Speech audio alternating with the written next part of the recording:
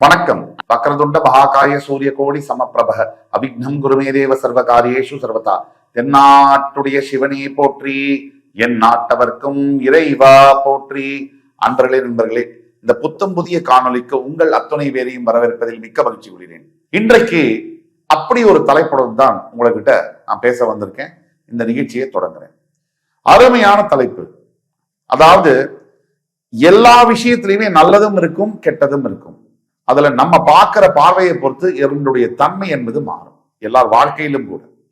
இன்றைக்கு தலைப்பும் இதை ஒட்டியதுதான். அதாவது தலைப்புல என்ன விசேஷம் அப்படின்னா, ரொம்ப துல்லியமான தகவல்கள்.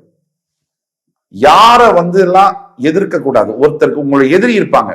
வாழ்க்கையில எதிரி இல்லாதவர்கள் எதுவுமே செய்யலைன்னு அர்த்தம். வளர்ச்சி இருந்தால், நீங்க வளர்ந்தாதான் உங்களுக்கு எதிரி இருப்பாங்க. நீங்க ஏதாவது ஒரு ரூம்ல போட்டு கதவை சாத்திட்டு உள்ள உட்காந்துருக்கீங்கன்னா எதிரி இருக்க மாட்டாங்க. அப்ப எதையோ ஒண்ணு செய்றீங்க, அதுக்கு யாருக்கோ பிடிக்கல உங்க வளர்ச்சி, அதனாலதான் உங்களை எதிர்க்கிறாங்க. அப்ப யார் யாருக்கெல்லாம் வாழ்க்கையில் எதிரி இருக்குன்னு சொன்னா 99% நம்ம எல்லாருக்கும் எதிரிகள் இருக்காங்க. இப்போ நம்ம எல்லோருக்கும் எதிரிகள் என்பது உண்டு. ஆனால் எங்க கவனமாக இருக்கணும்? ஜாதக ரீதியாக, ஆஸ்ட்ரோலாஜிக்கலா எந்த இடத்துல நாம கவனமாக இருக்கணும்? எதிர்க்கிறோம், எதிரியுடைய பலம் நமக்கு தெரியுமா? அது ரொம்ப முக்கியம். எப்படி தெரிஞ்சுக்கிறது? பிராக்டிக்கலா நமக்கு அந்த ஞானம், நாலேஜ் இருந்தா தெரிஞ்சுக்க முடியும். அப்படி இல்லைன்னா அஸ்ட்ராலஜியுடைய உதவியோட நம்ம எதிரிய துல்லியமா கணிக்க முடியும். யார் கூட நம்ம மோதலாம், ரொம்ப ஜாக்கிரதையா மோதணும் இல்லையா? வெற்றி அடையணும்னா யார் கூட நம்ம வச்சுக்கிட்டா வெற்றி அடைய முடியும். அதுதான் நம்ம கவனமா பார்க்கணும். நல்லது அவங்க பக்கம் இருக்கலாம், நம்ம பக்கம் இருக்கலாம், அது அடுத்த பட்சம். போட்டின்னு வந்துட்டா நம்ம ஜெயிக்கணும். அதுக்கு என்ன வழி? இப்போ உங்களை எதிரிகள் உங்களுக்கு இருக்காங்க, சில எதிரிகள் இருக்காங்க. அவங்கள ஜெயிக்கிறதுங்கிறது கண்டிப்பா கடினம். சில எதிரிகள்கிட்ட நம்ம மோதவே கூடாது. சில பேர்கிட்ட ஈஸியா ஜெயிக்க முடியும். இதுல வகைப்படுத்தி பார்க்கணும். அதுக்கேற்ற மாதிரி நம்மளுடைய எஃபர்ட், நம்மளுடைய ஆக்கப்பூர்வமான விஷயங்களை நம்ம பண்ண முடியும். வாழ்க்கையில ஜெயிக்கணும்னா எதிரி வேணும், இருந்துகிட்டே இருக்கணும் எதிர்ப்பு. வாழ்க்கையில ஜெயிக்கணும்னா எதிர்ப்பு தொடர்ச்சியா இருந்தாலும் அத்தனை எதிர்ப்பையும் தாண்டி நிற்கணும். அதுதான் உண்மையான வெற்றி. அப்படி ஜாதக ரீதியாக நம்ம எந்த எதிரி கிட்ட நம்ம மோதக்கூடாது, அதை பத்தி பார்ப்போம். முதல்ல நம்மளுடைய எதிரியுடைய பிறந்த டீட்டெயில்ஸ் எல்லாம் நமக்கு தெரியும்னு வச்சுக்கோங்க. ஒரு பேச்சுக்கு சொல்றேன். பிறந்த தேதி, பிறந்த நேரம், பிறந்த இடம் தெரியும்னு வச்சுக்கோங்க.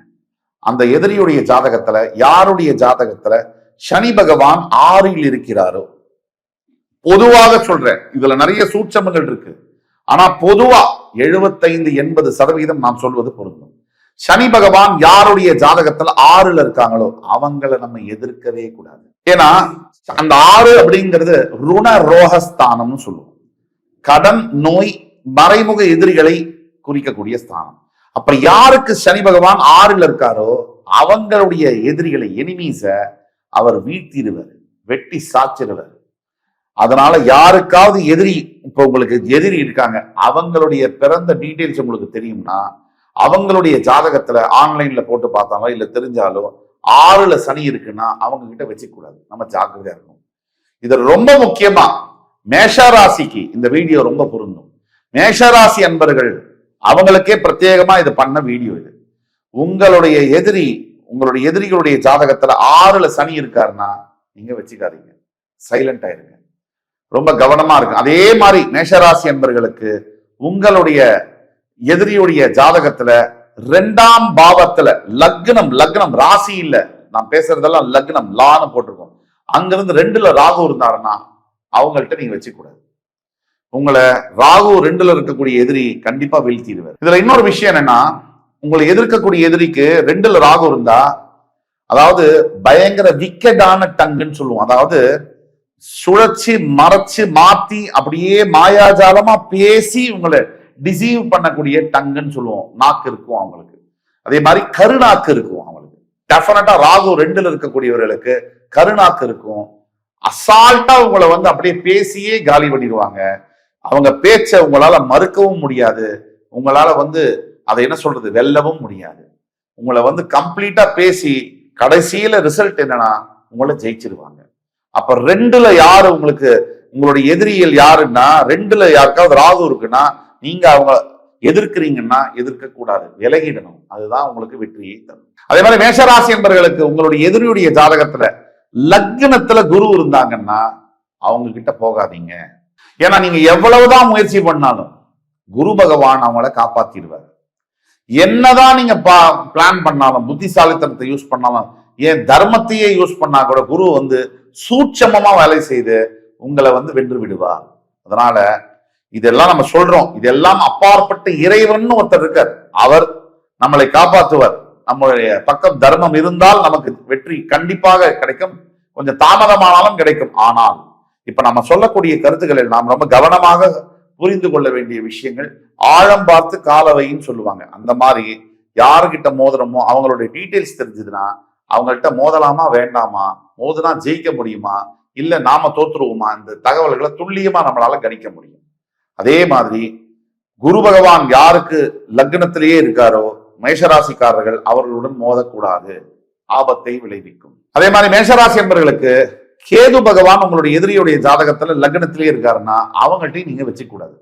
ஞானகாரகன் லக்னத்தில் இருக்கும்போது உங்கள் கேதுவை என்ன செய்வார் அப்படின்னா, உங்க எதிரிய டிவைன் ஃபோர்ஸ் அவங்களை காப்பாத்துற மாதிரியான அமைப்புக்குள்ள அவர் போயிடுவார். ஒரு தெய்வ சக்தி எப்பவுமே அவங்களை சூழ்ந்தே இருக்கும் லக்னத்தில் கேது இருக்கக்கூடியவர்களுக்கு. ஆனா நீங்க மேஷராசிக்காரர்கள் அவசரமா செவ்வாய் ஆதிக்கம் இருக்கிறதுனால அவங்கள போய் எதிர்க்கணும்னு பாத்தீங்கன்னு சொன்னா பிரச்சனையில மாட்டிக்குவீங்க.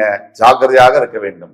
அதனால நீங்க ரொம்ப ரொம்ப கவனமாக இருக்க வேண்டியது, உங்களுடைய எதிரியோட ஜாதகத்துல கேது லக்னத்துல முதலிடத்துல இருக்காருன்னா அவங்கள்ட்ட வம்பு வழக்கு நீங்க வச்சுக்க கூடாது, விலகிடணும். அதே மாதிரி மேஷராசி என்பவர்களுக்கு உங்களுடைய எதிரியுடைய ஜாதகத்துல லக்னத்தின் 4ஆம் இடத்துல சந்திரன் இருந்தாருன்னா அவங்கள்ட்டையும் நீங்க வச்சுக்க கூடாது. இப்ப 5 சிச்சுவேஷன்ஸ் சொன்னேன். முதல்ல சனி 6ஆம் இடம், குரு லக்னத்திலேயே இருக்கிறது, கேது லக்னத்திலேயே இருக்கிறது, ராகு 2ல இருக்கிறது, அதே மாதிரி சந்திரன் 4ல இருக்கிறது. இந்த இடங்கள்ல சந்திரன் 4ல இருந்தா தாயை போல அவரை யாரும் ஒரு தெய்வ சக்தி காப்பாத்திக்கிட்டே இருப்பாங்க. சப்த தேவதைகளுடைய சக்தியில் அவர் காப்பாற்றப்படுவார். எவ்வளவுதான் நம்ம எதிர்த்தாலும் நமக்கு வலிமைகள் இருந்தாலும் அவரை அசைக்கவே முடியாது. அதனால மேஷராசிக்காரர்கள் நான் சொன்ன அமைப்புகள் இருக்கக்கூடிய எதிரிகளுடன் மோதவே கூடாது. அப்ப ரொம்ப ஜாக்கிரதையா இருக்கணும், அதுக்குதான் நம்ம சொல்றோம். ஆக மேஷராசி என்பவர்கள் மிகவும் ஜாக்கிரதையாக, யாரை எதிர்ப்பதுங்கிறது முக்கியம் இல்ல, எதிரியுடைய பலம் அறியாமல் மோதுவது முட்டாள்தனத்துல போய் முடியும். நம்ம தோக்கிறதுக்காக வாழ்றோம், ஜெயிக்கிறதுக்கு தான் வாழ்றோம். யாரவனா எதிர்க்கலாம், ஆனா எதிரி யார் தெரிஞ்சு பண்ணணும். அஸ்ட்ராலாஜிக்கலா ஜாதக ரீதியா எதிரியை எப்படி கணக்கு போடுவது, எப்படி கணிப்பது, இது ஆழம் தெரிஞ்சு எப்படி காலை வைப்பது, அதுதான் முக்கியம்.